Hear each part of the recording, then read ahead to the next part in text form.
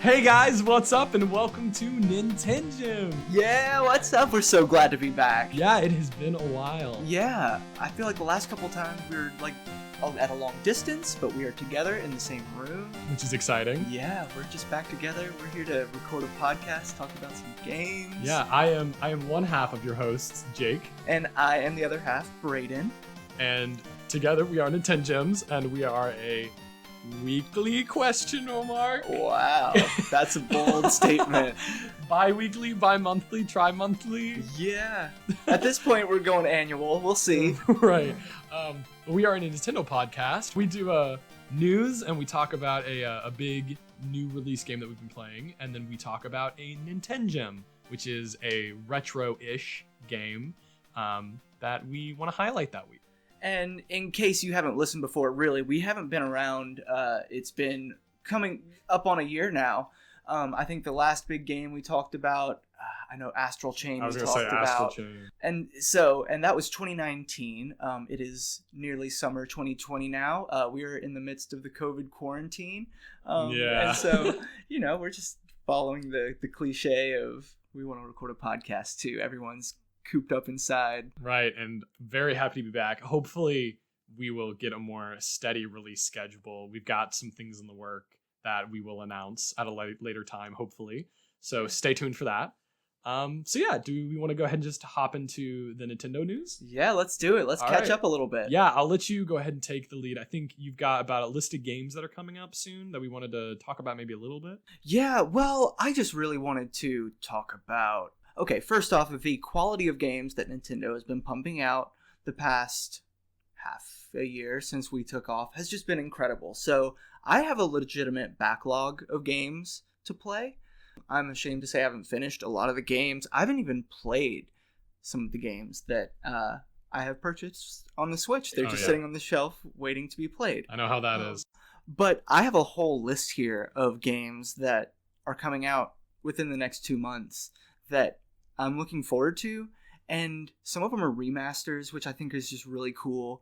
For example, Borderlands Handsome and Legendary collections are coming out. I've only played the first one, so I think I might pick it up. Now, was that a remaster or a demaster? Ooh, that's a good, I don't know, a port from the 360. I was going to say it's probably like a 360 port, mm-hmm. but still really cool to see those games on Switch. Well, I'll tell you what. So right now, I've been playing L.A. Noire on the Switch pretty actively, and I also purchased The Witcher 3 for the Switch this last winter, I guess, and both play just as well as I would have expected. I can't complain at all about the quality, and so I don't have too many concerns in investing in Borderlands or the BioShock collection, which also comes out May 29th, Burnout Paradise, a classic from the 360 PS3 days. It's getting a remaster coming out June 19th. Final Fantasy Crystal Chronicles is getting a remaster as well. Summer 2020 ?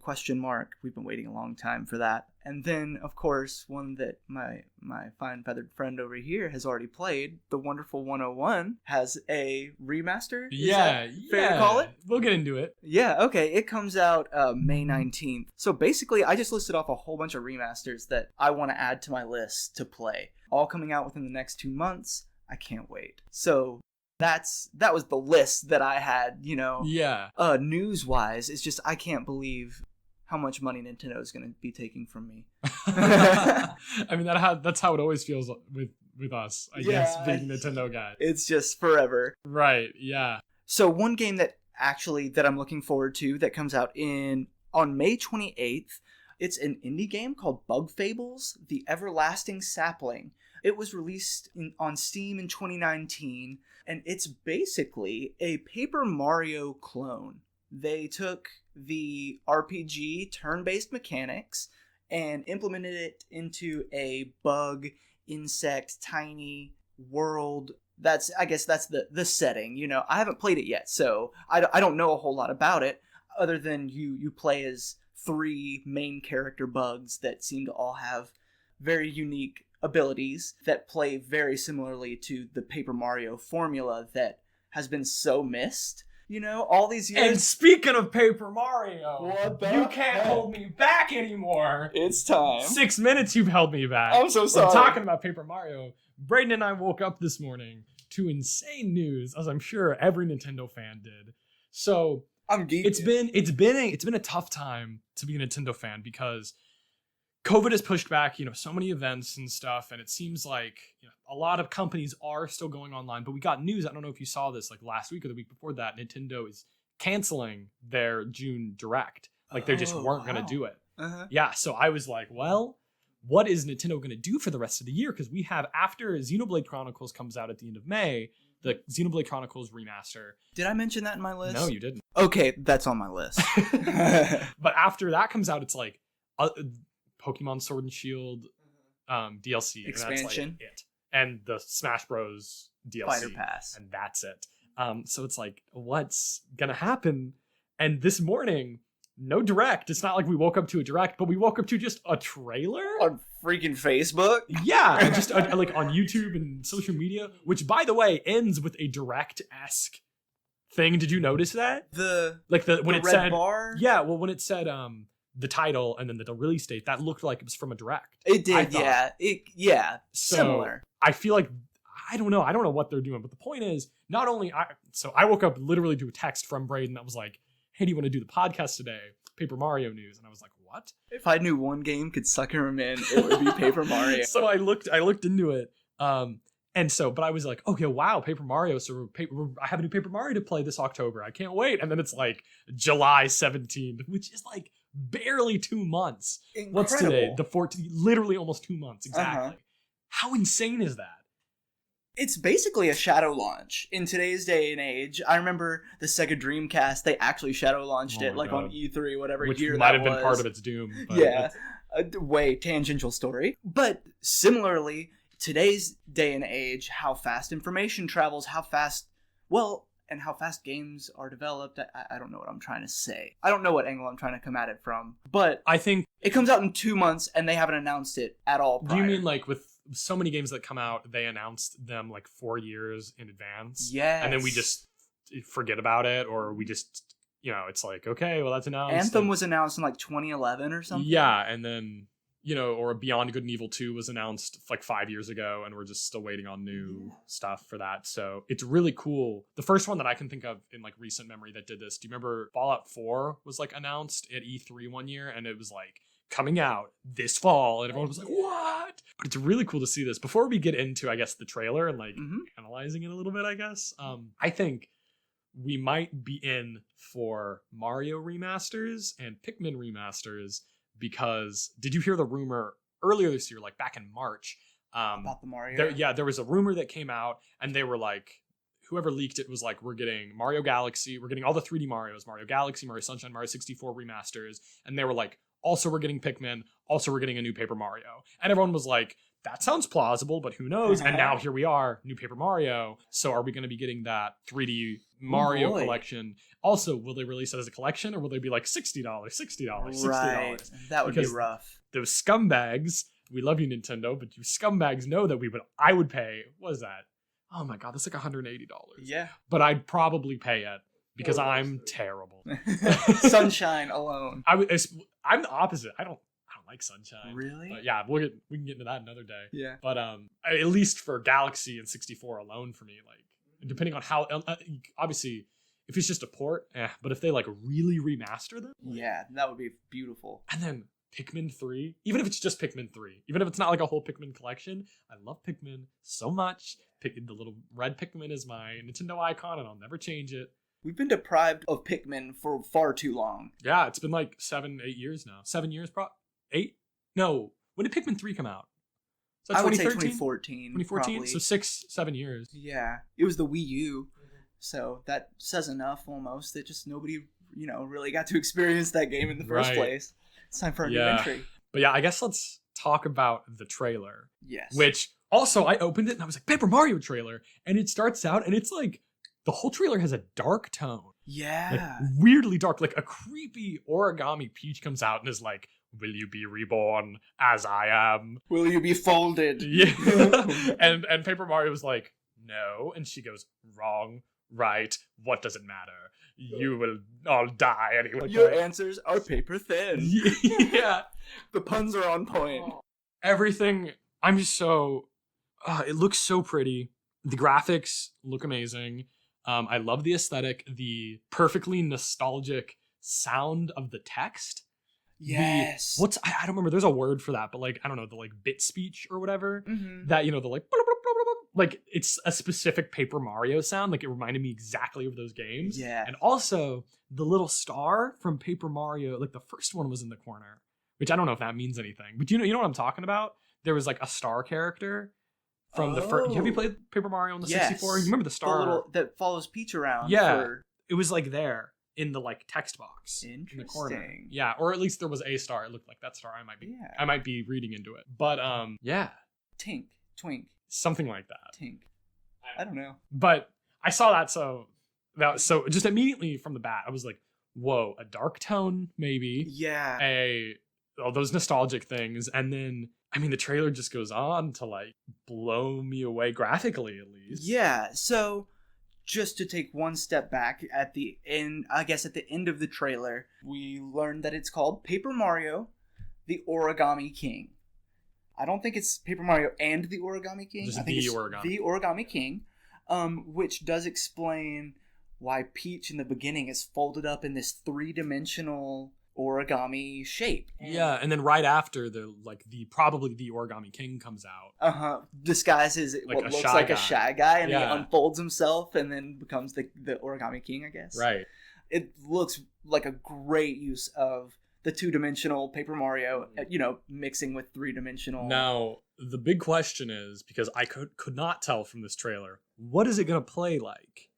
Because we have lived in an age where it's probably been at least 13 years or so since we've had a Paper Mario game that everyone can get behind and say is at least good. Because Super Paper Mario, that might not have been 2007. Was that 2009? Something? Yeah, I don't know. Super Paper Mario, people were contentious about. I like Super Paper Mario. It's different. It was neat. But I enjoy it. That game's story, amazing. You get like Dark Luigi, like you remember that? I love Super Paper Mario. And if you don't count that, then it's been like 15 years or 16 years, ever since Thousand Year Door, since we really had, because the original on 64 and Thousand Year Door on GameCube is what captured probably millions of people, maybe not millions, but like lots of, over the years, surely millions. Yeah, millions of Nintendo fans' hearts just from those two games alone, and especially the past two games. It's a very particular formula as well that has worked so well. Right. But the past two games, Sticker Star on the 3DS, I was not here for it. No. And most people weren't. And then I never played Color Splash, but it had very mixed reception. Yeah, I never played it either. We did get Sticker Star, and it changed the turn-based formula to almost a card. I don't know how would you describe it?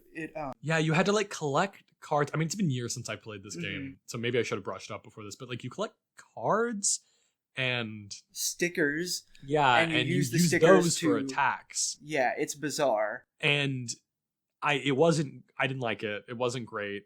I didn't like what they were doing with the overworld. I just wasn't a fan, which was really disappointing because when that game came out, Paper Mario and the Thousand Year Door is my favorite game of all time. We'll get into it when we do NintenGems, but it's the game that I played and was like, oh, I think I like video games more than a passing hobby. It's probably the reason I'm here today and the reason I'm pursuing a career in video game journalism. You know what I mean? Yeah. So it's a very important series to me. So it was really disappointing to play that on 3DS and it just be so far from what you expected. And yeah. Love. Let's hope that Origami King isn't like those two. Yeah, we saw the trailer featured 2 quick clips, only 2 of actual combat. The rest were completely different. Yes. Well, maybe not. Actually. I think the second clip kind of fit into the first clip. Right. Now that I'm thinking. So the first snippet is this large circular, almost a dartboard looking, just ring after ring after ring. And then it showed enemies lined up in different rows along the quote-unquote dartboard rows. I don't know. And that's all you really see, I think. And in the second clip, it shows Mario bouncing across a row of enemies across that circular field. He is chaining a jump, which, may I say, is very similar to what you do in the first two Paper Mario games, how a very standard attack plays out. Right. And that's what he's doing in that second clip of the Origami King. So I don't know. It worries me because that's what I was gonna say. It's a 2-minute trailer, and Less than that, I think. very little of that is combat. Like I said, just those two itty bitty snippets that probably together make up like 10 seconds. Mm-hmm. Everything else looks really cool. The overworld looks cool. The environments that they're in look really cool. But I mean, if the game isn't you don't play these games to walk around an overworld. I mean, there's got to be some kind of, I love Persona 5, but Persona 5 wouldn't be one of my favorite games if it wasn't for the fantastic combat and the turn-based combat system in that. If it was just the visual novel stuff, it wouldn't gel as well. Sure. So if Paper Mario can have the most appealing and funny story and overall, right. But if the combat isn't there, then it's going to kind of fall apart, which is, I feel like what I had heard about Color Splash is people loved the aesthetic and people loved the story, but the combat people didn't like. Yeah. So I'm surprised we're getting this before we're getting a Color Splash port. Because really? Color Splash is one of the only games from Wii U that was a Wii U exclusive that hasn't been ported to Switch. It's like, at this point, it's like Color Splash, Pikmin 3. Fair enough. Yeah. There's the Kirby, there's that Kirby line game, I don't remember what it's called. But you know what I'm talking about, the one where Kirby's like a little ball and you draw the lines for him to like go on. Yeah, I remember one for the DS too. They made one for the Wii U. Canvas Curse. Yeah. They made one for the Wii U and that hasn't been ported. But the point is, there's like less than 5 at this point, and Color Splash is one of them. And I really expected them to port it because, I had a Wii U. I feel like we've talked about this on the podcast, but I've had a Wii U. I still have a Wii U. But back when it was in its heyday, it was like, I had less money than I do now. And I was always like, man, do I want to spend $60 on a Wii U game that I'll play and be good? Or do I want to spend $60 on Witcher 3? Right.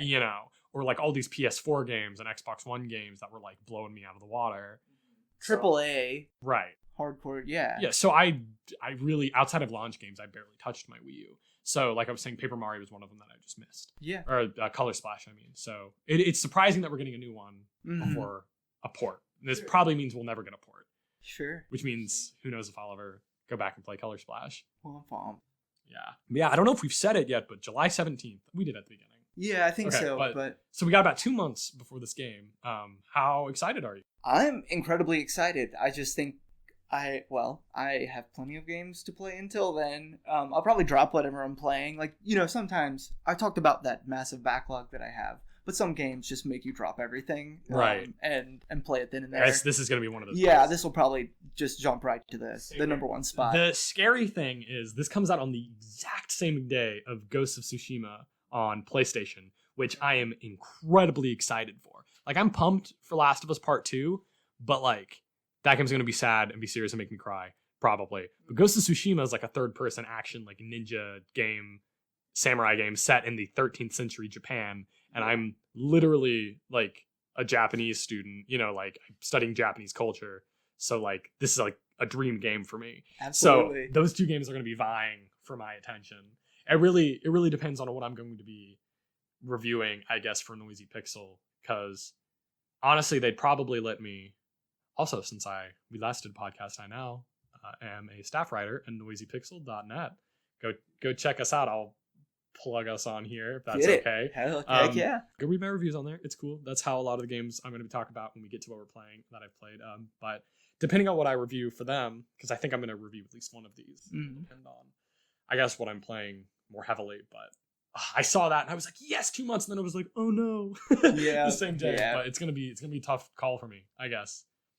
Well, speaking of same day, do you have more news, or do you want to go into? Let's go into it. I have one more piece of news, but I'll tie it in with Animal Crossing because it's Animal Crossing themed, so I'll bring it up later. Okay. Well, all right. That's kind of what I have for the news, and I think a good segue is another game that came out on the same day as another game, and we'll talk Doom Eternal. There we go. Did you play it? No. Oh, what about the other game that came out on the same day as Doom Eternal? Animal Crossing New Horizons. Heck yeah, everybody was at GameStop for one of those two games on March 20th? Yeah. Yes. Almost exactly 2 months. Probably by the time we get this posted, exactly 2 months ago. I was there at 8 a.m. to collect my copy of Animal Crossing. I was also there at 8 a.m. to collect my Animal Crossing Collector's Edition console. I see you have one as well over there. Yes, of course. Did you get it when it came out? Like the day it came out? Yeah, I did. Yeah, I did that. I went to also my local GameStop to get that. And actually on March 20th, I was on spring break with my girlfriend in a cabin in North Carolina, and we both got it digitally. So we were up waiting for the moment to drop that we could play it digitally. Yep. So, yeah, but I guess before we get into the game, do we want to talk about the Collector's Edition? What do you think about that? Or not the Collector's Edition, the Special Edition Switch? Oh, well, yes. Just for a moment, because we both got new Switches. Did you trade in your old Switch? So I did fairly well, I felt. I traded in, or I actually sold it on Craigslist for a decent amount. We don't have to disclose this, but on the podcast, but how much did you get for it? $180. $180? Yeah. It was a V1, but it was in great condition. The Joy-Cons were brand new. And so And so I work at Target, so I get a decent discount. So did you get the I ended up getting the new console for about $100. You know what I mean? Yeah. A upgrade to the V2 console for about $100. Yeah. And a pretty console at that. So yeah, I ended up, after tax and everything, it was also about $100 for me. That's awesome. Easy upgrade, because I also had a V1. It was a launch Switch. So now we both have the V2, and I think it's beautiful. It's so beautiful. Would you call that embossed, engraved? I don't know. It's got a textured back to it with little characters and symbols from Animal Crossing. It's gorgeous. The Joy-Con are a mint green and a mint blue. I don't know. What would you, pastel? Yeah. I don't know what I would even call the color on the back either. Creamy. Yeah, cream. I don't know, but all that to be said, it's beautiful, and I don't regret my decision. Nor do I. Genuinely, I was going to upgrade to a V2 regardless. I was just happy to be able to get a pretty console in the process. But we didn't just buy a console. No, we didn't. A week later, we bought a game. Yes, we did. And if your Switch stats on our little friend list mean anything, you've spent a lot of time with this game. I spent a whole lot of time. Oh, no. What is it? What are you up to now? 100? That's kind of what I was going to check. 30, 80? It's 100 and something. I know that's true. Oh, it's definitely, yeah. We hit quarantine hard, just as everybody else did, basically right when Animal Crossing came out. So I got, for the good of about 2 weeks, I spent a lot of time playing Animal Crossing. It claims I've played for 195 hours. Jesus Christ, man. Speaking of that backlog, maybe I just need to stop playing Animal Crossing. I've enjoyed every minute of it. I will say, I didn't play it yesterday. I didn't play it, I think, one day last week. It's tapering off. Let me tell you, Braden, I haven't played it in about a week. Dang, man. Consistent, like a week, like straight? About a week. Do you miss your neighbors? Yeah, I need to get back on, but the thing is, I don't know. We'll get into, I guess, what you've been doing with your island. And this sucks, because I love Animal Crossing. Like, well, we're talking, our NintenGem of the week is GameCube's Animal Crossing, so I expect a lot of Animal Crossing talk on this podcast. But Animal Crossing holds a very special place in my heart as a series. So I love this game. It's fantastic, but it's hard for me to stick with one game. Like, people that have put in like thousands of hours into Minecraft or League of Legends, I'm envious of that, because or like World of Warcraft, or any just one game, I don't get it, because I put my time into a game and then I kind of... There's nothing against that either. No. I think that's incredibly cool. My wife's brother, he's not as hardcore anymore, but RuneScape is his game, and I wish I had like one game that I just love more than any other game, that I could only play that game forever. I've never had that. I'm a person, I mean, I'm sure you can tell if you listen to any of these shows, every week I come and I'm like, oh, I played 4 new games this week. Right. Because that's just I don't know. That's the kind of person I am. I like playing games, I like beating them, and I like moving on. Mm-hmm. So, but Animal Crossing is going to stick around longer because I know I haven't played it for about a week because I've just been busy, but I'm going to get back into it. But every day, what happened is, of course, I'm sure you were very similar. At first, the first few weeks, every day it was like as much time as possible, I am playing Animal Crossing. No doubt. And now recently it's been more like realistically like 15, 30 minutes a day. I get on, I go to the Nook Link, I go see what's at the store. I check turnip prices if I did turnips that week. Yeah. Oh, snap. It's Thursday and I actually bought turnips this week. Good shout. Check your turnip prices. Yeah. I go to the Able sisters. I talk to Sable. Yep. To see if there's anything new there. And then I check to see if now with the new update, I check to see if Jolly Red is there. Mm-hmm. And he never is. Yeah. And then I pretty much get off. Just because, like I said, we'll get into it. I'm sure one of the reasons you've put so many hours is do you play around with the terraforming and stuff a lot? I have done quite a bit of decorating. I have that. That sounds like a lot of work. And I don't have some grand vision in my mind that I want to do. Yeah. You know, so I'm just kind of happy with my island. I like decorating it and stuff, but after I got KK to come, I was like, cool. Which, spoiler alert, the game's been out for 2 months, and I do not consider that a spoiler. Yeah, but you get KK. That's essentially where Nintendo calls at the end of the game. Yeah, because I guess. they play the credits, and so that's a good marker that you're out of objectives. Quests. Like every time after then, as far as I know, whenever you ask Tom Nook like, what should I do? He's always like, I don't know. Yeah. So, and before then, yeah, almost every time you do that, he'll have something, quote unquote, right. for you to do. And that might change with updates. He might have, who knows? Because that is one cool thing is I really feel like Nintendo's going to stick by this game. Yes. Especially, we'll get into this. Well, I guess I'll go ahead and get into it. So, Animal Crossing sold in 6 weeks, according to Nintendo's last physical update or whatever.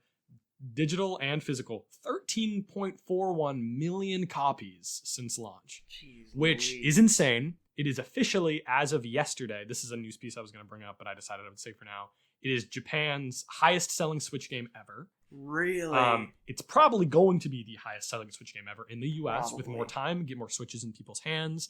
Animal Crossing is probably going to now be the new first thing people buy, if it's not Breath of the Wild or Mario Odyssey. Right. So could this game have launched at a more perfect time? So no. I work at Target. Jake used to. We don't. Switches sell out as fast as the toilet paper does. I have never. Toilet paper leaves within the hour that we open, and Switches do too. Well, dude, and that was before the pandemic. This holiday season, that was one of the things. It was, do you have AirPods? Do you have Switches? And we never had either. So it's always been like that. The Switch is hot. Yes. And so once you get more Switches in people's hands, like you were saying, this is now one of those hit games. Yes. Everybody's playing it. It's really hit the mainstream. Yeah, it's all over Twitter. Every celebrity seems to be playing it. Which is very cool. It's a little odd for some of us that did play like the GameCube version, which was, by no means a hidden, NintenGem. Yeah. Plenty of people played the original Animal But Crossing. I would consider Animal Crossing a niche series up until New Leaf. Yes. Because New Leaf was very popular. Yeah. But I would say up until then it was a niche series. It was, more on the obscure sides, for sure. But it's very cool to be part of Animal Crossing groups that are hundreds of thousands of people big. Yeah, here's something I want to do to put in perspective for you. So first of all, 13.41 million copies in 6 weeks. That was a week ago now, so it could be another million. Who knows? Right. 50% of those were digital, which is insane. Which could have, there could be two reasons for that. One, because digital just seems to be taking over, as I mentioned earlier. Because I review things, I've been reviewing games for about 2 years now. 2 years of reviewing games and getting review copies from publishers. I have gotten one, but so I get a lot of review codes, and that that was it. Because before then I was like, nope, I'm physical, I cannot do codes. And it changed me, because then I was all of a sudden having all of these digital games, and I was like, this. So now whenever I buy games myself, I buy them digitally. So I was one of that 50% that bought it digitally. And then on top of that, Animal Crossing New Horizons in 6 weeks has outsold every single PlayStation 4 exclusive game except for Uncharted 4, which it is about 2 or 3 million behind, which it will outsell. Wow. In 6 weeks. And they have had their entire life span. They've had years. Yes. Uncharted 4 has been out for like 6 years. God of War has been out for almost 2 years at this point. I'm surprised Spider-Man. Spider-Man's up there, but it's already outsold Spider-Man. Yeah. And Spider-Man did insane. Yeah. So just to put that in, because I saw that last week, and I was like, whoa, because those games have huge, incredible, and they've games. Been out for years. And Animal Crossing, I mean, as you mentioned earlier, perfect storm for Animal Crossing. Yes. Pandemic's terrible, it's horrible, but it really kind of worked out on Animal Crossing's favor, because it's what the world needs, kind of. Yeah. You know, it's tranquil, it's relaxing. Absolutely. It's an escape. It's escapism at its finest. It is where I want to spend my second life. It's a great escape. Actually, I'm looking at my microphone. I have a cookie sticker on my microphone. Is Cookie in? I think so. Yeah, I think so. What villagers do you have? That's really embarrassing, because I'm pretty sure I actually have her in my town. Really? I don't really have anybody that's super popular. Holy crap. What is with the Raymond obsession? I got Raymond. Raymond's great. You would know if you had Raymond. Is it his personality, or is it the way he looks? Both. First of all, he's an adorable cat with a business suit. Have you been inside his house? It's an office. Is it? It's just a cubicle. Okay. But it's a house. And every time you walk up to him, he'll just makes dumb jokes and is like, hey, thought you talked to me, now you are. Haha, isn't that great? And then, like, I don't know, he has like a really charming personality. Did you find him naturally, or did you pay? Pay? So, I became part of a Discord that it's fairly exclusive. It has a rotating cast of about 300 people. If you go inactive, like, we replace you. But it was essentially, it started as a turnip trading Discord, but it's more for everything else now, because at this point, after the end game, if you sell turnips a couple times, bells become irrelevant. I don't know about you, but I'm paid off. Are you not? I never have done the turnip game. I did it 1 week. I tried, but I also didn't try hard enough, as in I was going into groups and going to a stranger's islands. Sure. So I just was between me and my girlfriend. Okay. And neither of us had a huge turnip, so I ended up losing money on turnips. Yeah. Well, shout out to Turnip Hub, because I broke millions, like, within the first couple weeks, which, is kind of game breaking in a way. Maybe I would get more enjoyment out of it if I was taking it slower and hadn't paid off all my house debt yet. But I also really enjoy not having to sweat buying the cool things that show up at the Nooklings and stuff like that. Right. So I played the turnips hard and succeeded. And you said you asked if I bought Raymond. That's correct. So Nook Miles tickets. We're pretty deep in here. We hope you've played Animal Crossing, because we're going deep into the weeds here and not explaining what we're talking about. Basically, bells are the currency for those out of the loop, and you trade your turnips for bells, which are money. It's the stalk market. The stalk market instead of the stock market. It's a great joke, guys. But bells are basically irrelevant at this point. People use Nook Miles tickets as a higher form of currency. They're equivalent to about 100,000 bells each. And plenty of people trade villagers for hundreds of Nook Miles tickets. What? How do you trade villagers? So I'm not a time traveler. It's just not my thing. But no judgment if you do. Plenty of people time travel around, and that puts their villagers in boxes. If you visit someone's island while their animal is in boxes, you can invite them to live on your island. Oh. And essentially, villager trading is its own economy and market. Oh, Raymond Weird. being one of the most popular villagers. So I just made peace with my villagers. I don't hate anyone. I don't either. I love who comes and goes. Which is, my girlfriend has this like squirrel on her island. She's like, I hate this. She's like always bullying her and like digging holes around her. Yeah. And I'm like, I don't know, man. I like all mine. Right. You know what? I have one of the least popular villagers, like that everybody online seems to hate, and I love her. Who? Hazel. Hazel's the little squirrel with a unibrow. And everyone's like, she's ugly. That's cute. a big thing on Animal Crossing too, is if one of your villagers is ugly, like people hate them. Oh my gosh. You know? Twitter is cruel. And that's the thing. Hazel has a unibrow. Mm-hmm. She was one of my starters. Like she was one of the first ones. So then I was like, oh, I love Hazel. She's like one of my like quote unquote best friends. Yeah. So everybody hates her online, but I like her. Yeah. I don't know. I've got my list pulled up here. So I've got my starters were Hazel and Peck, who's like a little bird. I have Jeremiah the toad, Apple the hamster. Oh, I have Greta. Greta's a mouse. All the mice in this game, I think, are disgustingly ugly. So I don't really like Greta, but I don't dislike Greta enough to go through the effort of trying to get rid of her. Yeah. I have Maple, the bear. Fang, the wolf. Oh, I want a wolf really bad. Yeah, actually. Fang is cool. I really like Fang. Raymond the cat, and Gale the alligator. Very Or the nice. gator or the crocodile. I'm not really sure. Yeah. But yeah. So I'm really happy with all my villagers. Mhm. They're about to yell at me because I just pulled it up to find that, which means after this, I'm gonna play it for a little bit, and they're gonna be like, "You haven't been here for a week. Where you been?" Yeah. I'm sure Raymond's gonna say something stupid. Have you taken to terraforming much? How does your island look?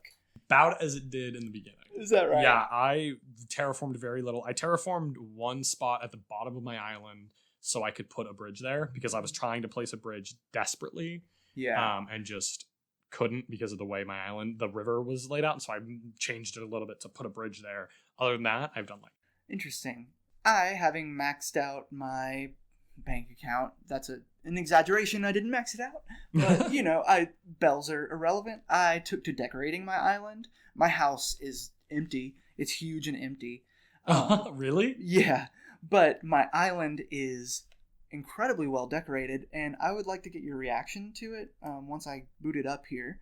I worked really hard on it, and so my island is called Nashboro, which is like Nashville. I'm from Nashville, etc. And Broadway, we have a hot, music bar street called Broadway. So I tried to build that. Oh, wow. I think I did pretty well.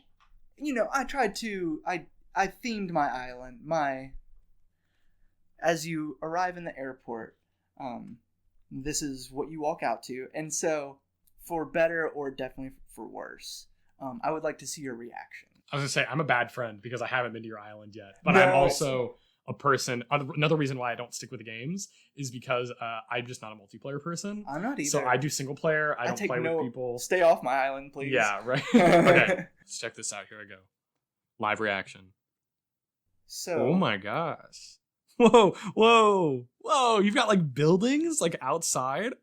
Yeah, but. Also, your villager looks dope. But how's that frame rate for you? How atrocious it is. Is that? Oh, things are popping in too. I can see it.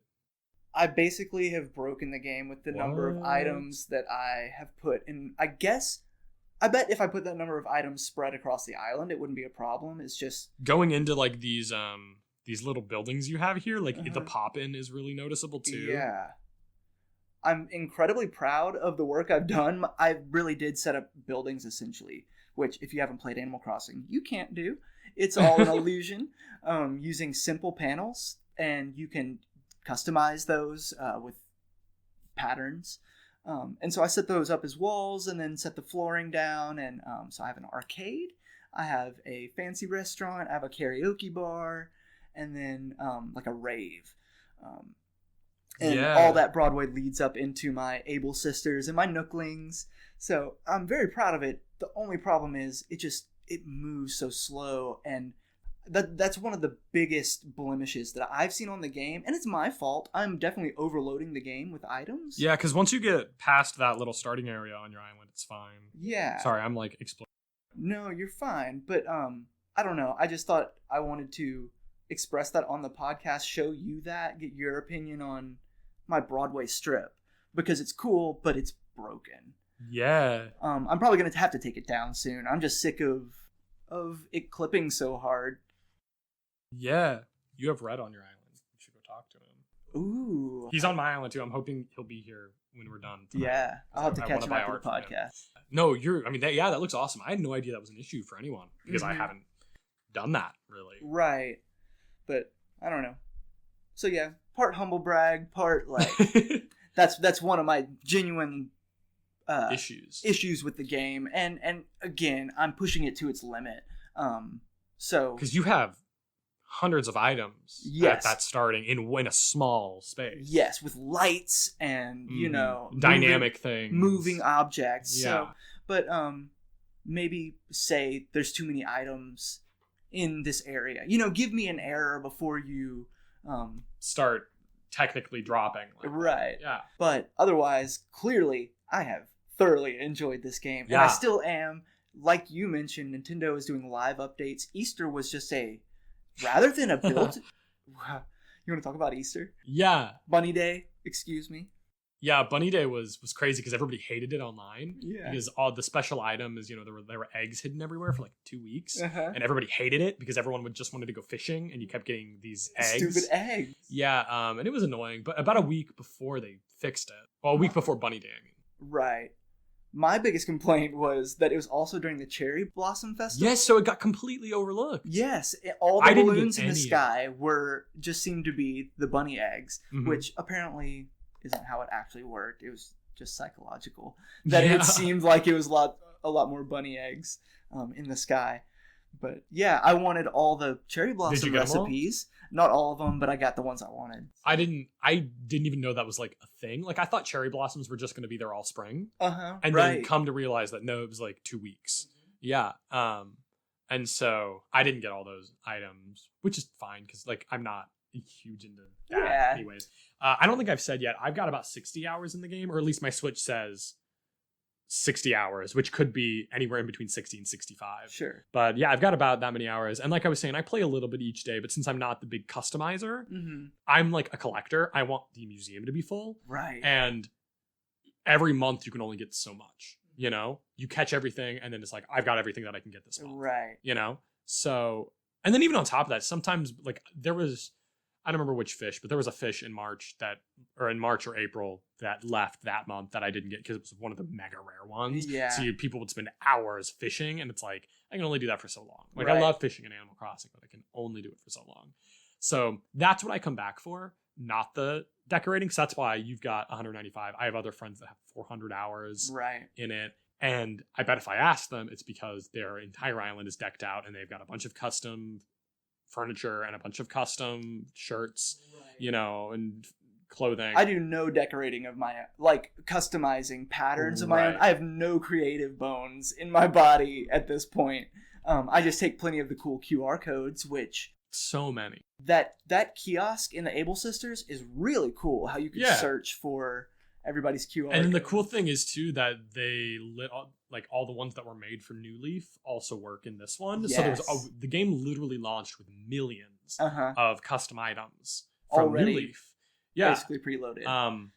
So yeah, there's a lot obviously to do in this game. And the thing is, even though I've kind of fallen off, this game's going to keep me coming back because every time I hear that there's a new update or I have a deep attachment to so many of these characters.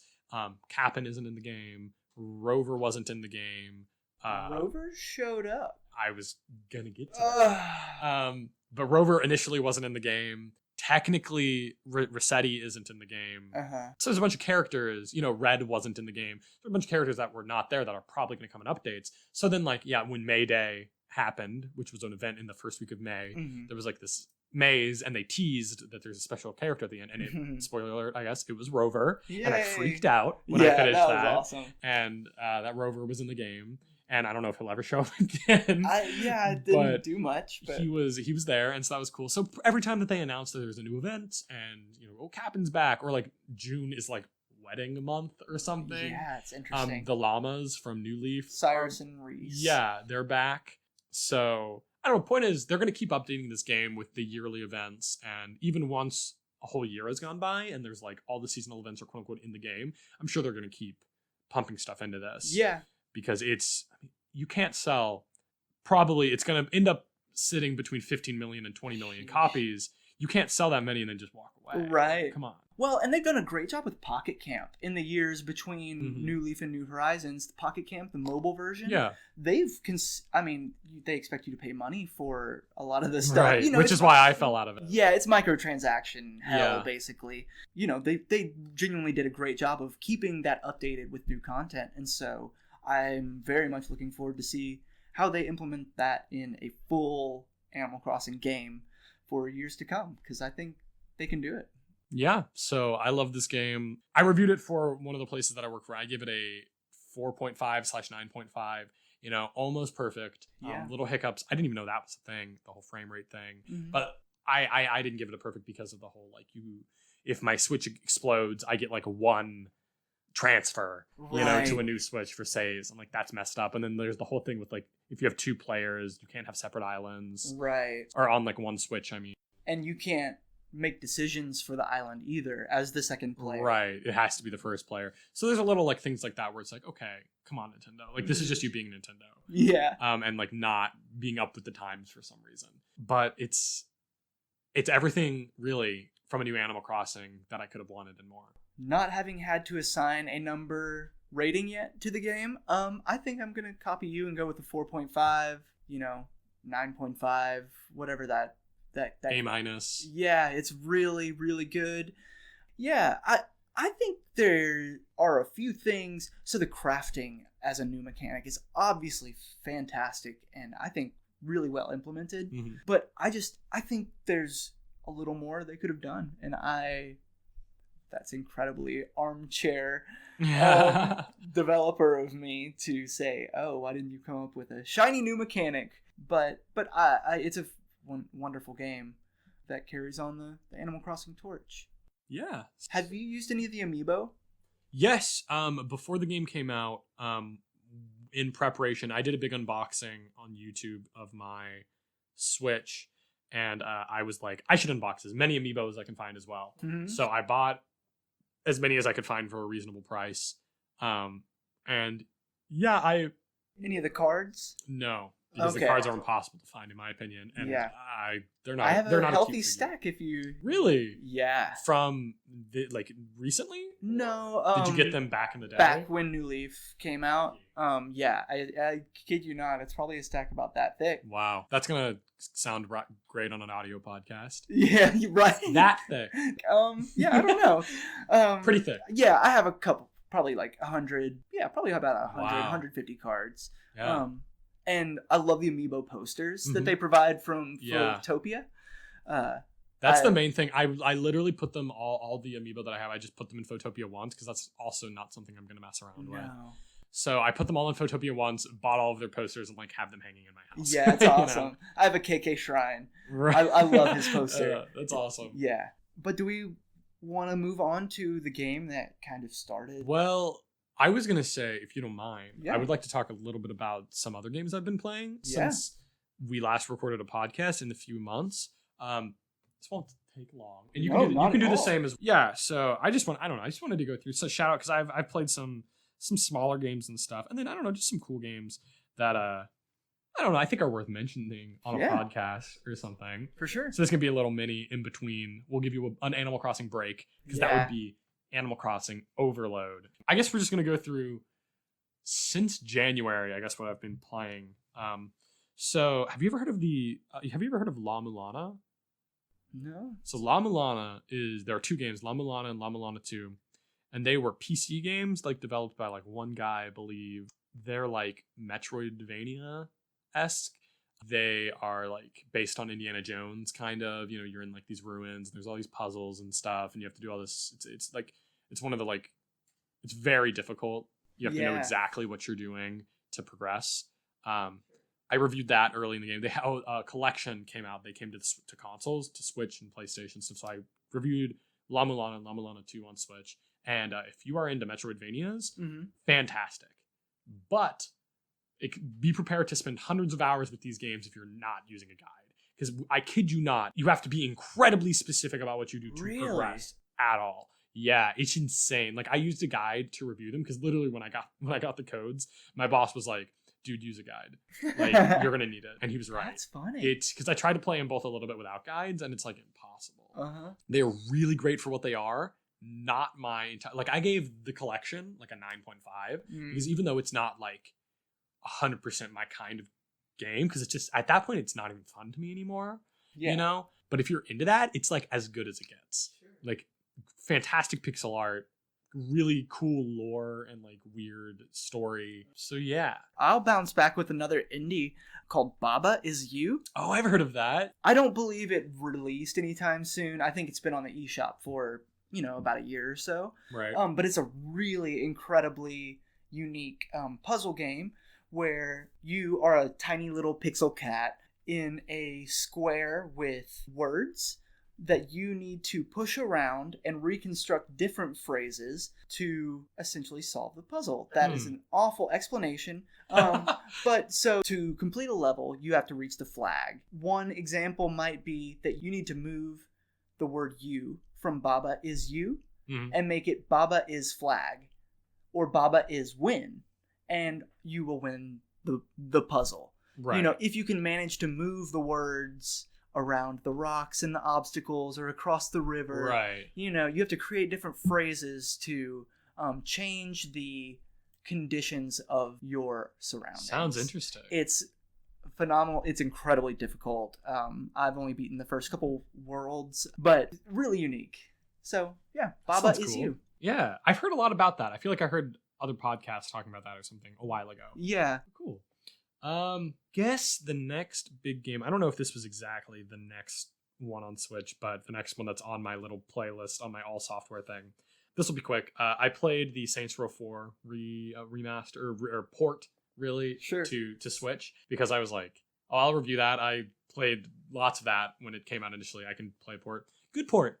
Not. I mean, it looks. It looks like a 360 game. Runs fine.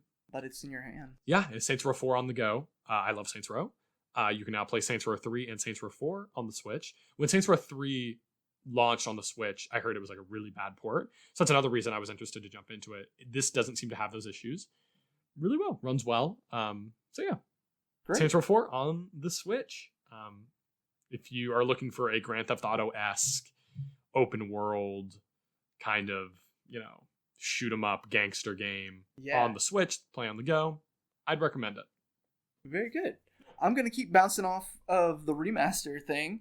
I mentioned that I'm currently playing LA Noire. I tried out Witcher 3. I need to finish that. But I actually also bought the Resident Evil triple pack, which is, again, just another great remaster. It has Resident Evil 4, 5, and 6.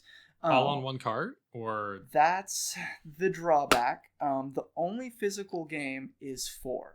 Oh, it came with download codes for 5 and 6. That's weird. It says triple pack on the case, and then the cart literally just says Resident Evil 4. Yeah. Interesting. I've only played 4 and 5 so far, and both play excellently. 5 almost seems to be like a little smoother than how I recall it from... I played the heck out of it back in high school. Yeah. And it just seems almost more improved than I recalled it. Right. So that's cool. I'm pleasantly surprised with that. Cool. Another good remaster. Yeah, Switch is getting a lot of those. And ports, I guess, is remaster may not be... It's not really a remaster. It's a port of the remaster that came out years ago on PlayStation and Xbox. Right. You know? It's interesting. But it's like, oh, it's on the go. Yes, so. And that's what's exciting. So one of the cooler games I think that I got to play because of my games journalism job that I don't think I would have touched otherwise, I played Shinsekai Into the Depths, which to me was a standout game from Nintendo's last Direct back in March, which, because of this COVID thing, feels like a million years ago. And that was 2 months ago. Crazy. But so that game is about, you play as a diver, and it's in a post-apocalyptic world where humanity, future, where humanity was forced underground because the surface froze over And so the ice was killing things. They're not in underground, underwater. So all of humanity is like underwater. And you play as this lone like miner whose ship gets destroyed and tries to find refuge, and in doing that finds like a little ancient like fish guy, like fish robot, who leads him somewhere, and so he's kind of following him. And it's really cool. It's kind of Metroidvania-y. It's like, that's what I was gonna ask, that I've noticed from screenshots and trailers. Yeah, it's like 2D. It's like 2.5D art style. It's kind of open world. Not really. It's like there's open areas. Like you could progress to a new area, and you can kind of go wherever in there. And you can unlock upgrades for your like weapons and skills. And it was great. Like it was fantastic. Really it was good. A Capcom game. Capcom, I believe, developed and published. And they just kind of dropped it in a direct, and we're like, it's out now. It's great. If you've got like $20 to spare in a few hours, it's beautiful for the most part. There are some fish like some like background things that are like, that looks weird, but for the most part, like the underwater aesthetic is great, and it matches something I don't think we really see, which is like an underwater aesthetic with like post-apocalyptic like technology. Yeah, it's weird. It's like simultaneously robot like fish. like robot stuff. Yeah, it's really cool. So I don't remember exactly what I gave it. I gave it like an 8 or something, but it was great. I believe it was an iOS game. Oh, that's how it started. It was an Apple Arcade game, because Apple's got Apple Arcade, which is like all gaming, and they've got like quote unquote real games on there. Yeah, it was an Apple Arcade game and came to Switch, and it's great. So I highly recommend Shinsekai. Yeah, good for Shinsekai. Yeah. So I think my last game that I'll touch on is not really a game. It's more of a craft, I guess. GameStop had this weird Pro for a Day sale. I don't subscribe to their membership program, but apparently for a day we got the same prices as being a member. And that made Labo $25. I can definitely spare $25 on Labo, which I had not played with before. They're usually $60 or $70 depending on the kit that you want. Right. So I bought Labo kit number 1. It's the variety kit. Mm-hmm. It has the piano, the fishing rod, the little like droid almost. Mm-hmm. That goes on the like Joy-Con that like. Yeah, it vibrates the joy. Well, yeah, I'll get into it. Yeah. But I was blown away with the way they use. They're not full games, but they use the technology of the Switch in really interesting ways, especially that little remote control. I don't know if it's a drone, I guess you'd call it. You put it on a hard surface and it vibrates the Joy-Con, which causes the cardboard to vibrate in a very particular fashion along the floor, moving the robot. And it's just an illusion. There's no engine involved. It's just a vibration, but it's super cute. Mm-hmm. And well worth the $25. I probably wouldn't spend $60 on it, but I didn't realize how much thought they'd put into some of the different games and technologies behind the Labo. But I bought that original variety kit when it came out. I knew you had one. Yeah, I didn't know which one. And it was that one. It was $80 at launch, by the way. Crazy. I think it was $70 or $80. It was more than $60, mm-hmm. which it was certainly not worth. But it was really neat. Have you built the piano yet? No, I haven't. Piano is my favorite part. They take a decent amount of time to build. Yeah, the piano is like a mini functioning piano. It's really cool. That's what I'm most excited about. I think what's the other one that it came with? Oh, it's like a dollhouse or something. That's what I have to get through before I can build the piano. I don't think I ever built that one. I'm not sure. But yeah, it's interesting. Cool.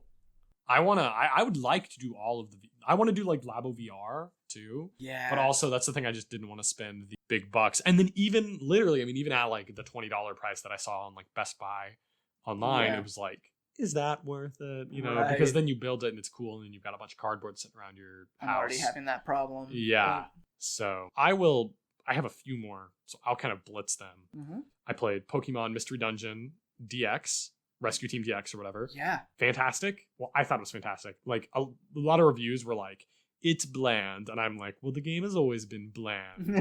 Yeah. But I loved these games growing up. And it is a very faithful remaster. To the originals, right? The GameCube. Game Boy and the DS originals. Rescue Very Team faithful. Red and Blue. Right. Fantastic art style. It's like a picture book. It looks cool. like color, like coloring book stuff. It's great. And yeah, it's the story as I remember it. It's the gameplay as I remember it. Maybe not all that fascinating for an adult because the mystery dungeon stuff is very repetitive, but I'm loving it so far. I say so far because I got distracted and didn't finish it because I didn't have to review that one. But I do intend to finish it one day. Yeah. I played a party game, a Japanese party game that got ported here called Billion Road, which is Mario Party-esque. It's like Mario Party, except if Mario Party's goal was for you to get the most coins, and if Mario Party had no mini games.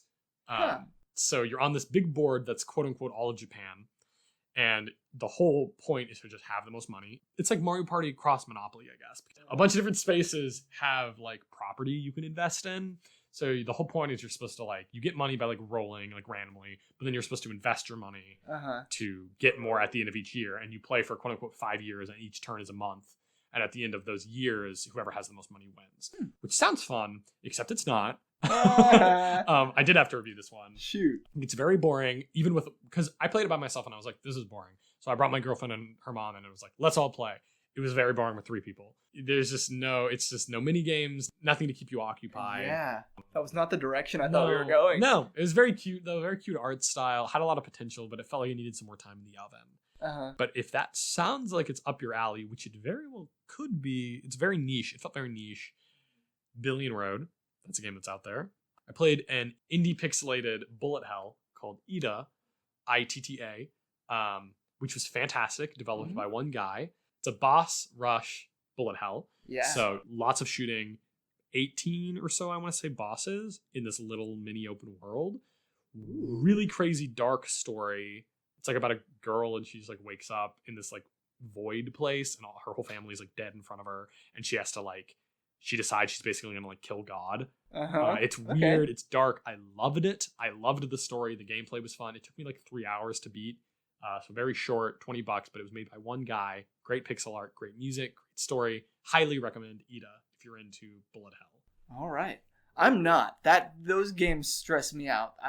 They put me on the cusp of epilepsy. Cool thing about that though, they have accessibility options where you can either put on damage multipliers, where the more that you hit something, the more damage you do, or you can literally make yourself invincible. So if you're just playing it, if you're playing it and you're like, man, this boss fight sucks, you can just make yourself invincible, and it doesn't cost you anything. That's pretty cool. Yeah. So if you just want to see the story through, which is definitely neat, but I compared it in my review to an indie art film that makes you think. You will not get to the end of this game and be like, oh, I understood what happened. You're gonna be like, what just happened? And it makes you think, and it would make a cool film almost, but there were not a lot of conclusions made. Yeah. But it was really neat. I loved it. I think it's $15. Ida, ITTA. Yeah. Ida. It's worth looking into if you're into that kind of stuff. Right. I played a party game that you might have heard of called Moving Out. That's pretty new, isn't it? Yeah, it came out a few weeks ago. I reviewed that one. 4-player co-op game about moving furniture. Yeah. It's published by the people who published Overcooked, and it feels very similar to Overcooked. Which was a great game. Great party game. So you can do anywhere from 1 to 4 people moving things into a moving van. It starts out in houses. It gets crazier, more zany. It was really cute. Definitely one of the, as opposed to Billion Road, much more fun the more people you have. It can get crazy, it can get zany. It's a good time. I highly recommend it if you're looking for a party game. Maybe not if you're playing by yourself. I played about half of it by myself just to get the review out. Yeah. Got a little bit stale. But if you're playing with a group, I've always had a good time. Mm-hmm. So, moving out. I played a game called Void Bastards, which is... Not familiar. Is a roguelike where, randomly generated dungeons and stuff. But it's in space, and you are trying to get to an end goal. And you have to go through all these different spaceships, which you get to choose your path, and they're all randomly generated. You go through, and each time get different stuff, you get upgrades, upgrade your weapons, upgrade your skills, and each time you die, you respawn as a different, quote unquote, different character with different abilities, but all of your upgrades are still there. So the upgrades carry over from character to character. Yeah. So you're constantly just kind of like building momentum. Sure. And you're trying to find a character that has the best skill.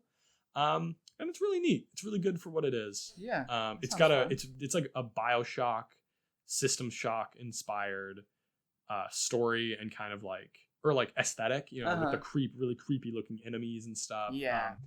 Comic book-esque art style with like bangs and bops when you're like hitting things. Yeah, I'm all about that. Yeah, it's really neat. So if you're in the mood, if you really like roguelites and you want one for the Switch, I think this would take about 10 hours or so of your time to complete, or even more if you just want to play endlessly, you know, because it's randomly generated. Right. So Void Bastards, also recommend. And to finish my rant, Wonderful 101 Remastered, which I just reviewed, comes out as of the recording in a few days, right? Yes. May 19th, so yeah, about 5 days from the recording, but the embargo was up yesterday. Good game, not great. It is not a remaster, I don't think. It is a port, so calling it remastered is giving it too much credit, because it looks old, it feels old. Shoot. Also, the game's main mechanic, which is getting 100, it's a Wonderful 101, so there's 100 heroes, and the 101st is you. So it's meta like that, isn't it? Yeah. So the 100 heroes all come together to make giant weapons, and you form these weapons by like drawing shapes. And so it was built for the Wii U, which had this touchpad, and you draw the shapes on the touchpad, and they've reworked it. I was reminded by the comments section on my review that you could do this in the Wii U, but it was reworked to work without a touchscreen. So the right stick, you draw like with the right stick. So like I'm going to do a circle, or I'm going to like make a lines, and it works, but it's slow. And there were multiple boss fights where I just kept missing quick time events because I couldn't get it to do what I wanted. Because it starts out easy, like draw a circle for the fist and draw a line for the sword. But then it's like draw the hammer, and you have to do a line and a little circle at the end of the line, which is a little bit more complicated, especially when you end up having like 8 different shapes you can do. So sometimes it's like I'm drawing a circle, and it's like, oh no, I think you're trying to do the whip, and it's like, no, I'm not. You know, so if you play the game in handheld mode on Switch, you can still draw it, but that's cool. I didn't. You know, really, I did play it on Switch, but I played it mostly docked. Yeah. So that mechanic doesn't work well. Aside from those two things, it's still a great game. The story is really cheeky and funny and feels like a big Power Rangers episode. Yes. I loved it. Loved the story, loved the aesthetic, loved the music. That's the only thing. The graphics, it does not feel remastered. That's funny. Okay. It just feels very old, especially compared to like other games that are coming out, very muddy textures and stuff.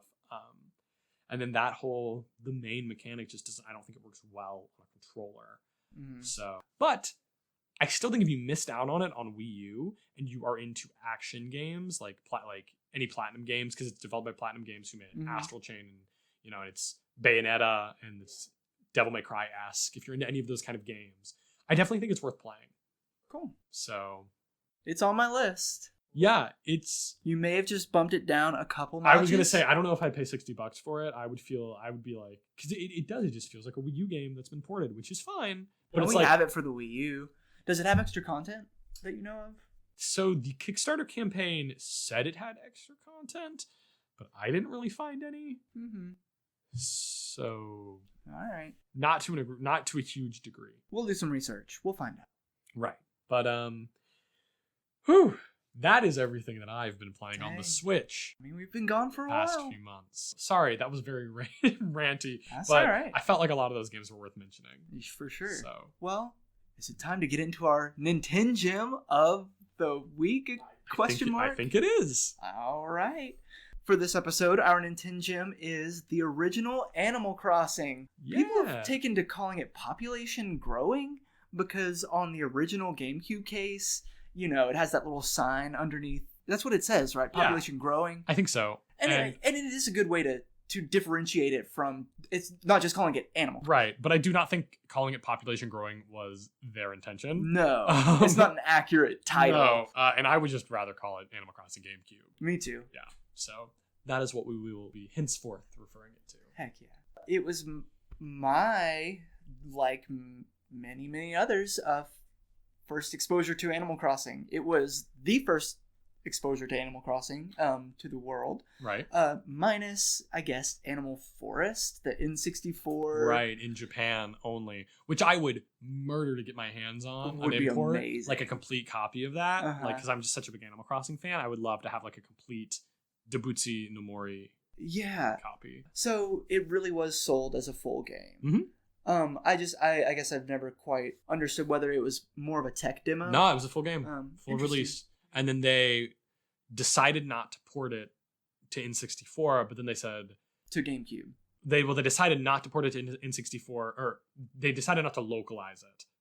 Right. Okay. In America, and then they said, "Oh well, what if we just took this?" Because it's so text heavy. They also probably wanted to take more time, and they were like, "Well, let's just put it on GameCube," because it was a late N64 game. Mm-hmm. So they decided they would just enhance it a little bit, enhance the graphics slightly, put a little more things into it, and release it on the GameCube in America, which in itself got its own, which is weird. So Debutsi no Mori came out, got localized into Animal Crossing, and then got re-localized a year later after we got it, and they localized the GameCube American version as Debutsi no Mori Plus or something like that in Japan, which is a port of the American version, but is also different because it has extra things that we never got in America. Oh my god! That is only in Japan. So there are 2 Japan exclusive Animal Crossing games traced the story that have content that, so like the original Debutsi no Mori, which I am saying that out the top of my head, so I hope it's Debutsi no Mori. I'm probably mispronouncing it as a second year Japanese student, but so we have 2 versions of Animal Crossing that are different from the one that we have, the N64 Debutsi no Mori, which has less content, and then Debutsi no Mori Plus, or I think that's what it's called, which has slightly more content than our GameCube version. There's a little history lesson for you, I guess. Yeah, that was great. You definitely taught me more than I knew. Yeah, I'm telling you, man, I love Animal Crossing, or at least that original Animal Crossing. Absolutely. I know a lot about it. What kind of experiences do you recall from that? So I'm going to completely reveal my age, and I get in these games journalism circles, and I feel like a baby compared to you. Mm-hmm. Animal Crossing, I got my GameCube before I fully knew how to read. Dang. I knew how to read, but not like Animal Crossing, because Animal Crossing is very text heavy. So it's very special to me and my mom, because I don't know how that ended up in my house, but probably just because I loved animals as a kid. So my parents probably saw it and were like, "Oh, this looks cute. Animal Crossing. Jake likes animals. Let's get it for him." So my mom would sit there and read it to me before I could fully read for like who knows how long. But we have really precious memories of mom knows that game. She's never played it herself, but she knows Tom Nook and like knows those characters because she would read it to me as a kid. I'm not That's that adorable. Young, because I'm sure I knew how to read at that point. And you caught up, I'm sure. Yeah, of course. But and then I put lots of hours into not well enough. I don't really know what's going on in New Horizons because it's a lot of text. Cute animals though. Yeah. But so it's really special to me because of that. And then of course I kind of credit it with sort of teaching me how to read better, because that's why I want to say I sort of knew how to read when that game came out. Yeah. But I was like 4 or 5, so not great at it. But it, Animal Crossing like taught me how to read, and then like I spent years with that game on the GameCube, and then of course I got a Wii and I got City Folk, but that's another topic. But I've spent a lot of time in my childhood playing Animal Crossing, specifically this one. Yeah. I still have my original copy. I have my original GameCube.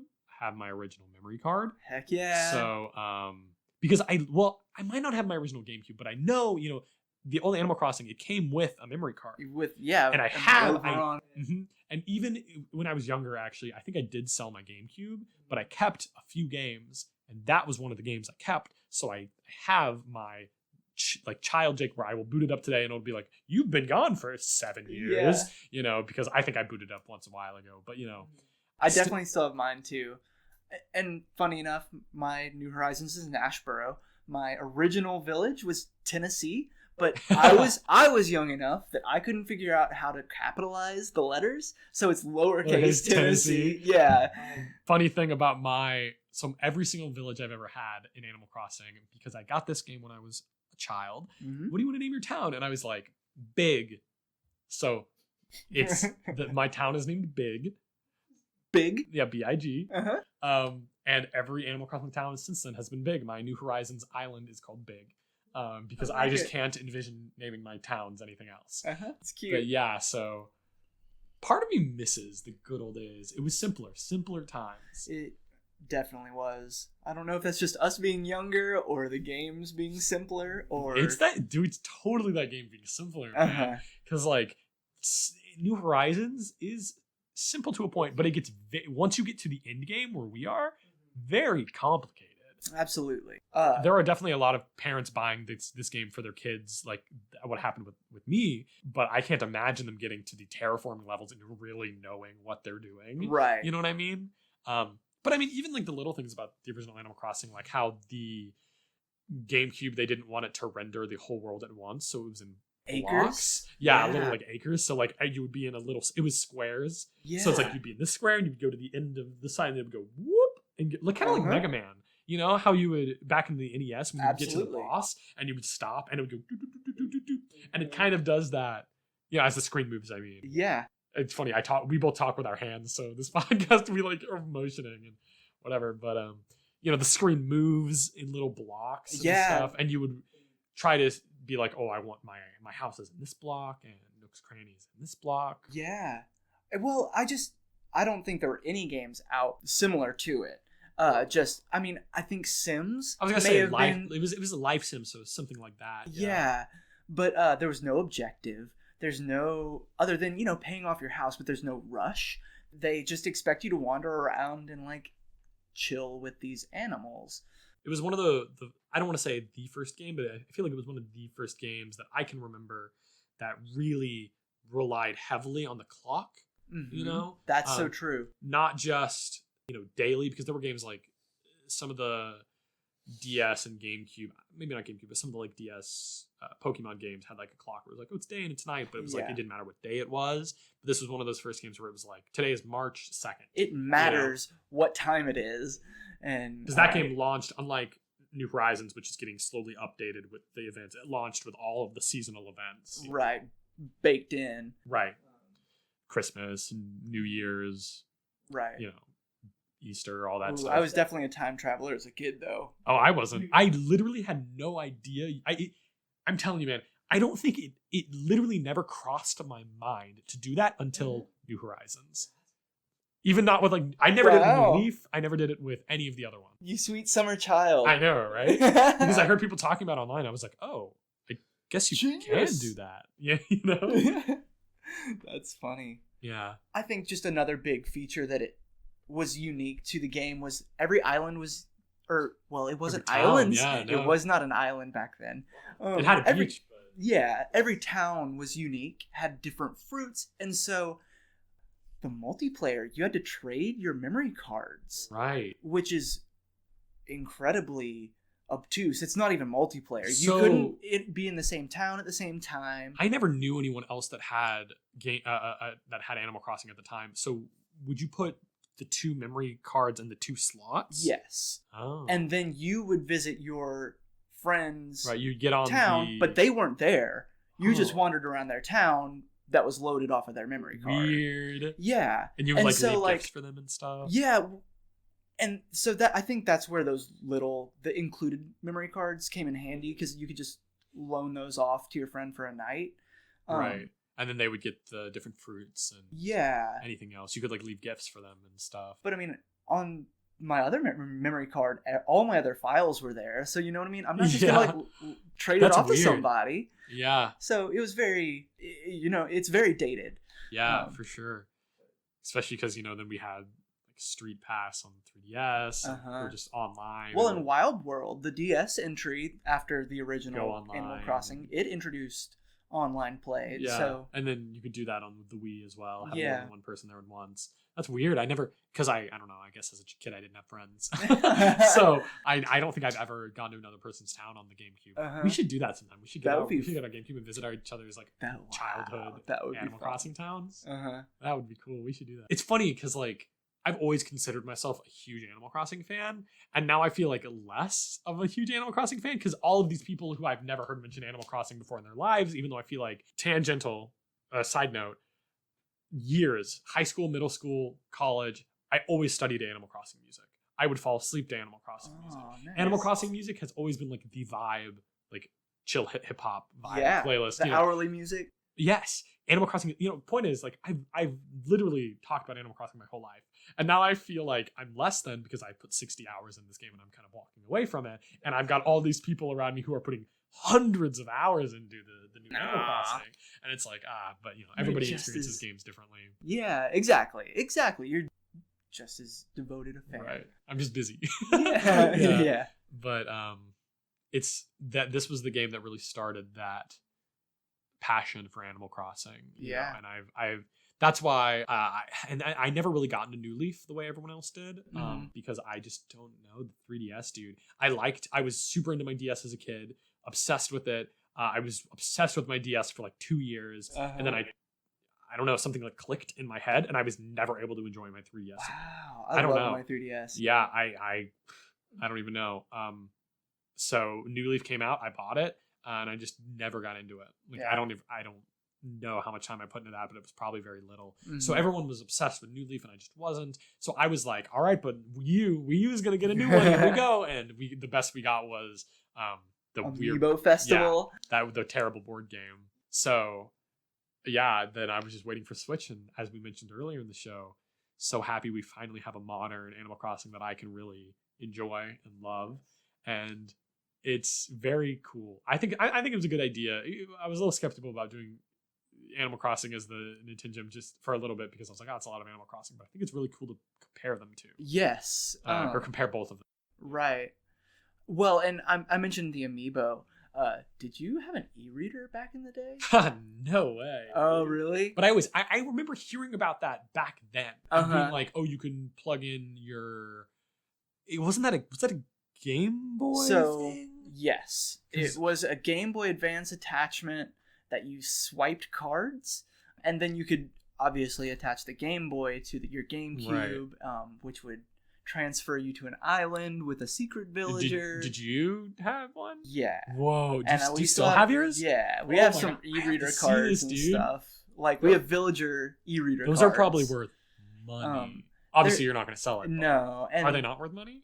I don't know. I haven't looked. I looked up my amiibo cards, and some of them are stupid. Like, people are willing to pay way too much money for one card. I should have foreseen this because we've known about Animal Crossing Switch for a few years, and once they announced it initially, I should have just bought all the amiibo. I do think they're releasing new cards. Really? I've heard that. I'm surprised they haven't already. That they're releasing new series of cards. Because I would love to get some cards. Yeah, some Animal Crossing cards. They're gorgeous. Yeah, they're thick. Like they're really good cards. So yeah, I highly recommend it. But the e-reader, it unlocked like a secret village. It was like an early amiibo thing. Yeah, yeah, it was really neat. And patterns as well. Like, I have a card for an 8-bit Link that, these are Nintendo produced cards. Right. And you swipe it and it would give you the pattern for Link and one for a Shine Sprite as well from that's so Super cool. Mario Sunshine. Did you ever get the NES games in the GameCube? Do you remember that? That was amazing. It was like early emulation. Yes. And I can't imagine that. Nintendo would never do that. No. Now. Because like you were mentioning in your village, you had a little, or in your island now, you've got a little building that's like an arcade and it's a bunch of pinball machines, but they don't do anything. No. But you could legitimately have an arcade in the GameCube version. You could have a room that was just full of NES emulators. A literal full game NES games, Excite Bike, Zelda, Balloon Fight, Zelda, Mario. You can play the entirety of Zelda in Animal Crossing. I think those were probably some of the rarest items in the game. Oh, you only got a couple per copy of the game, so you had to trade them around and stuff. For sure. But still, just the fact that they were included was... So I'm telling you, Animal Crossing on GameCube, just a crazy game. Magical. Yeah, it introduced so much stuff. I can see it in my head, like the little town, quote unquote, square. You remember how the houses were in a little circle, and then you had the... That's so funny. Yeah, all 4 houses were together. Right there. And even if you were the only person playing, there were still 3 other houses there always. So always kind of being like, yeah.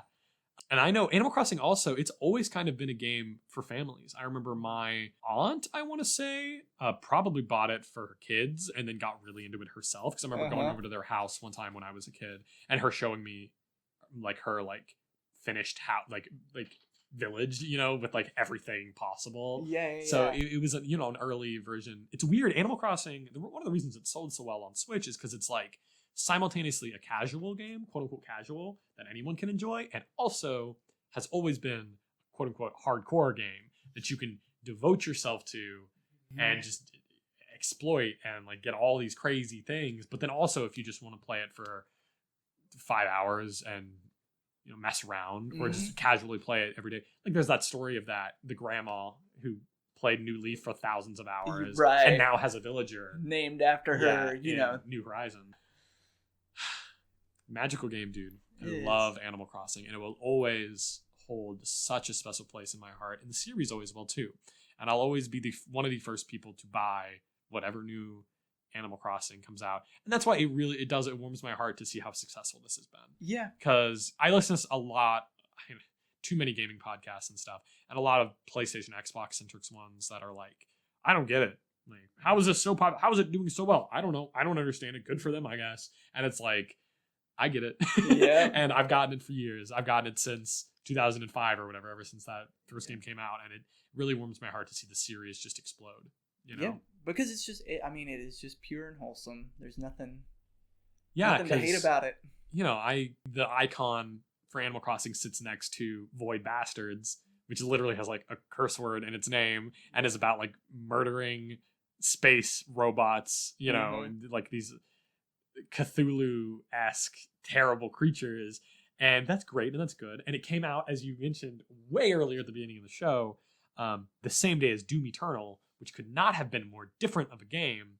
And those games are great where it's like, you know, I love playing the Saints Row and Grand Theft Auto, but there really is something about just playing a game that is just pure childhood bliss. It's nothing about it is stressed. Nothing about it is mature. I mean, it's mature, but you know, nothing about it is like quote unquote mature. You know what I mean? Like adult, taxing, and expectant of you. Yeah, and there's just something really great about that, and it's great to see how that's evolved from the GameCube version, which is admittedly hard to go back to. Dated. After this. Oh yeah, there's a lot about that game. Even just the villager model. I remember when New Leaf came out and they were like, we're making the villagers tall. Yeah, and giving them pants. And I was like, no, you can't do that. It looks weird and bad now. Yeah. And now I can't envision them as anything else. I know. But, you know, it's, like I said, it's dated, but it's always going to hold a special. It's a true NintenGem. Absolutely. You know, I'm glad, and it is for both of us, it seems. Yes. Can't call it my favorite game of all time, but it's up there. Yeah. You know? Contributed to one of my favorite series, so. For sure. All right. Well, I think that's about it. Yeah. For this quote unquote reunion episode. Yeah, no, this is NintenGems. Ideally the first of many, so. Yeah, I hopefully we're back much more regularly in your podcast feeds. And as I mentioned earlier, we're working on something bigger with NintenGems that we'll hopefully announce on a future podcast. Yeah, stay tuned. Thanks for listening. Yeah, it's been a bit of a longer one, but it's, you know, we've been gone for a while, so. Yeah. Catch us on iTunes, Spotify, and Podbean, and we'll keep you updated on what we got going. For sure. Well, thanks for listening, guys. This has been NintenGems. All right, have a good one.